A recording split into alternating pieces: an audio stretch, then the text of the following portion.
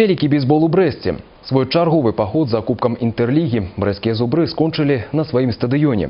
Як гэта паўплывала на вынікі турніру, паказалі вырашальныя матчы фінальнай серыі.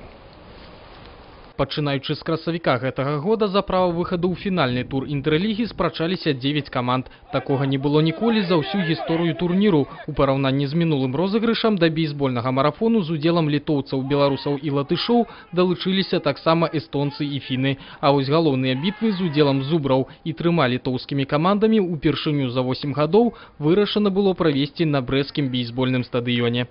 Сначала даже казалось, что в финальную четверку попадет 3 белорусских команды, но, к моему удивлению, утенская команда сумела обыграть на выезде и Скидель, и Минск. Из этого очень все изменилось. Вот. Равного уровня команды. Я в Бресте уже много-много лет и с детскими командами переезжаю. Мне всегда тут нравится. Надвор'е ў дзень паўфіналаў спрыяла ўсім, а вось жаданага дабіліся толькі гаспадары ў матчы з бейсбалістамі з Вільнюса і каўнаўская літуаніка ў дэрбі супраць Утэны. А вось у фінальнай беларуска-літоўскай спрэчцы мацней былі госці з Каўнаса. Яны і сталі пераможцамі Інтерлігі 2012, 4-й раз запар. У зубраў сярэбраныя ўзнагароды. Мы закончили регулярный чемпионат только 3-м и выиграли, так что очень-очень все хорошо. А здесь, в Бресте, как всегда, очень все хорошо организовано.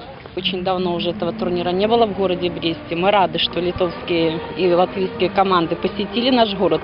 И надеемся, что каждый 3-й год этот турнир будет проходить в нашем прекрасном приграничном городе.